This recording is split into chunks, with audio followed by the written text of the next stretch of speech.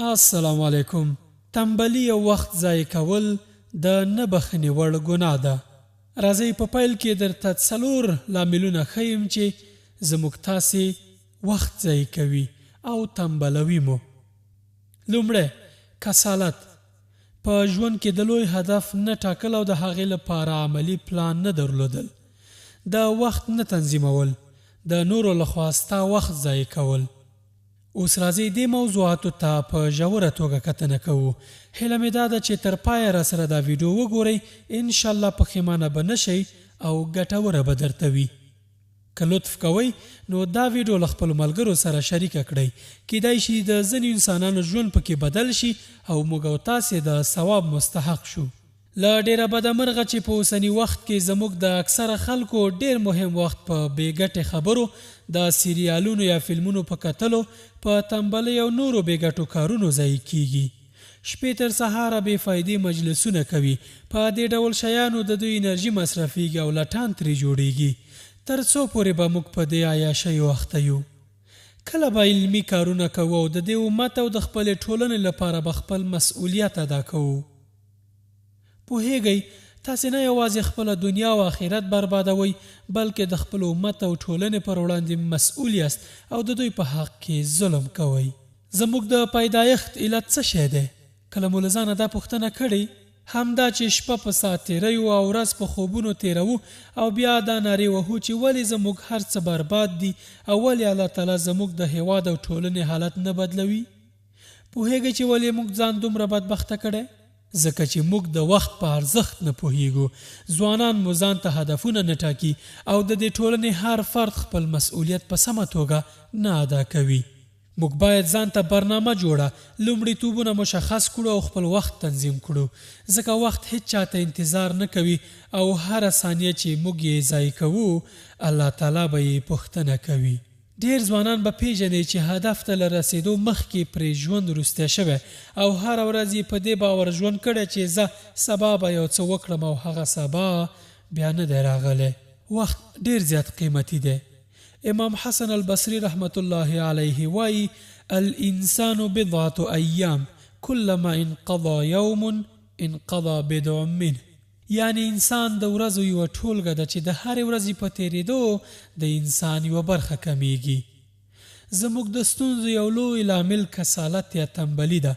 همدا تنبلي انسان بېوزله کوي او راتلونکي یې بربادوي. که تاسې د بریالیو انسانانو ژوند مطالعه کړئ، دوی هیڅکله تنبلي نه ده کړې او وخت یې نه دی ضایع کړی، بلکې ډېرې زیاتې هڅې یې کړې دي او خپل هدف ته رسیدلي. په یو دم او جادویي بڼه هیڅوک هدف ته نه دي رسیدلي، بلکې عملی پلان او د وخت تنظیم دوی خپل هدفونو ته رسولی دي. ته باید د خپلې کورنۍ، اولادونو، مور او پلار او نورو خپل او خپلوانو لپاره وخت بیل کړئ. د عبادت لپاره د وخت بیل وي. د مطالعې، چکر، خیرښېګڼې، ملګرو لپاره وخت باید ځانګړی او منظم کړي. تنبلي انسان او په ټوله کې ملتونه ناکاموي، نو ځکه ته باید سهار وختي را پاڅې او د روزي ګټلو لپاره ووځې. ته حرکت وکړه، الله تعالی برکت کوي. د مؤمن وخت ډیر قیمتي، ان تر زرو او سرو زرو لا ارزښت لري. رسول الله صلی الله علیه وسلم تنکي ځوانو او ملګرو یې د لوبو لپاره دعوت کړ، خو ځواب یې ورته دا و چې انا لم اخلق لهذا، یعنی زه د دې کارونو لپاره نه یم پیدا شوی، بلکې زما لپاره یو لوی هدف ټاکل شوی چې هغې ته باید ځان ورسوم. زموږ ځوانان د ورځې لخوا کاروبار کوي او د شپې لخوا بیا داسې لوبې کوي چې ساعتونه نیسي او ورپسې ویده کیږي. مطالعه، ځانګړي عبادتونه او نور خیرښېګڼه ترې پاتې وي. د انسان وخت او ژوند هغه وخت ضایع کیږي چې دی د ځان لپاره لوی هدف ونه لري او یوازینۍ موخه یې دا وي چې ژوند تیر کړي او خپل وخت په ساعت تیرۍ ضایع کړي، وخوري، وڅکي او ویده شي. بس همدا د دوی روال دی. دوی په دې ځان هیڅ نه پوهوي چې دنیا ته د دوی د راتګ هدف څه دی او د څه لپاره پیدا کړی شوي دي. کیدای شي ځینې درته ووایي چې موږ الله تعالی د عبادت لپاره پیدا کړي یو. ښه سمه ده، او الله تعالی په وار وار قرآن کریم کې د دوی د راتګ هدف ورښودلی: وما خلقت الجن والانس الا لیعبدون. ژباړه: ما پیریان او انسانان له دې پرته د بل څه لپاره نه دي پیدا کړي چې هغوی زما بندګي وکړي. خو آیا د دې لپاره عملي تګلاره لري؟ عملی تفصیلی پلان دی ورته جوړ کړی دی؟ کنه یوازې په همدې کفایت کوي چې ووایي الله تعالی موږ د عبادت لپاره را پیدا کړي یو. ځکه له پلان پرته هدفونه یوازې هیلې پاتې کیږي او بس. که ته پلان نه لري او ځان ته د هدف ترلاسه کولو لپاره تقسیم اوقات نه وي جوړ کړی، په حقیقت کې ته یوازې د هیلو په بنسټ ژوند کوي او هدف ته د رسیدو نیت نه لري. ډېر داسې کسان به مو لیدلي وي چې هیله لري تر ټولو ښه مؤمن، لوی سوداګر، مشهور کس او بالاخره بریالی انسان واوسي، خو دا یوازې هیلې دي. په دې برخه کې عمل تر ټولو مهمه ونډه لري. ومن اراد الآخرة وسعى لها سعيها وهو مؤمن فأولئك كان سعيهم مشكورا. او څوک چې د آخرت هیلهمن وي او د هغه لپاره هلې ځلې وکړي، هغسې هلې ځلې چې د هغه لپاره پکار دي او هغه مؤمن وي، نو د هر دغسې وګړي هلو ځلو ته به د قدر په سترګه وکتل شي. بل آیت کې الله سبحانه وتعالی فرمایي والذین آمنوا ولم یهاجروا ما لكم من ولايتهم من شيء حتى يهاجروا وإن استنصروكم في الدين فعليكم النصر إلا على قوم بينكم وبينهم ميثاق والله بما تعملون بصير.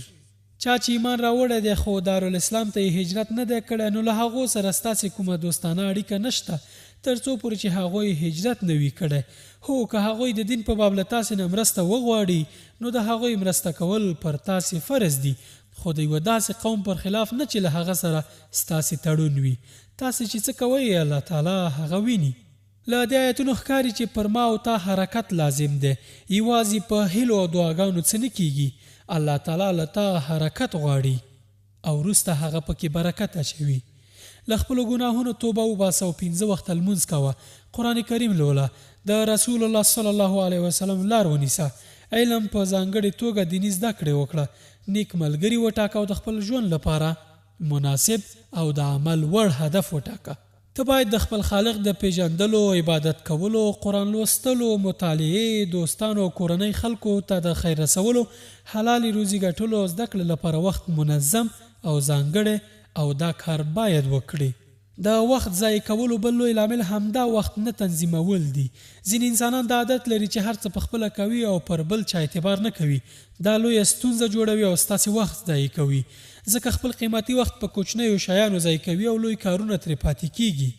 په پایله کې وخت ضایع شوی وي خو پایله یې چندان نه وي. کیدای شي دغه کوچني کارونه ستا ورور، زوی، میرمن، ملګری او یا کارکوونکي وکړي چې د دوی د کچې یا استعداد مطابق وي. دوی ته یې پرېږده او ته لویو کارونو ته لاس واچوه. هر کار په خپله مه کوه. که ستا ځینې کارونه نور څوک کولی شي په هغوی یې وکړه. ته لویو کارونو ته لاس واچوه چې لږ وخت کې ډېر کار وکوی شي. ته باید خپل ژوند کې له تنبلي او وخت ضایع کېدو سره جدي مبارزه وکړې او له ځانه یو فعال انسان جوړ کړې. ته اړ یې چې ځان ته هدفونه وټاکې او هغې ته د رسېدو لپاره عملي پلان ولري. بل عامل چې ستا وخت ضایع کوي هغه ملګري دي چې بل کار ترې ورک شي، ستا له خبرولو پرته راځي او بې فایدې خپل او ستا وخت ضایع کوي. هیڅ نه غواړي مګر دا چې له تا سره وخت تیر کړي او دې ته پام نه کوي چې ته به ضرور او ګټور کارونه لري. ته باید دوی وپوهوي چې ستا وخت قیمتي دی او بې وخت او د بوختیا پر وخت ستا وخت ضایع نه کړي. باید دوی ته په نرمي د دې خبرې د ویلو جرأت ولري. لیدلی به مو وي کله ځینې ملګري زنګ وهي، ساعتونه یا لسګونه دقیقې په ټلیفون په داسې موضوعاتو غږیږي چې په 100 دقیقو کې ټوله خبره او موضوع راټولېدای شي، خو دوی یې اوږدوي پرته له دې چې پام وکړي وخت څومره قیمتي دی.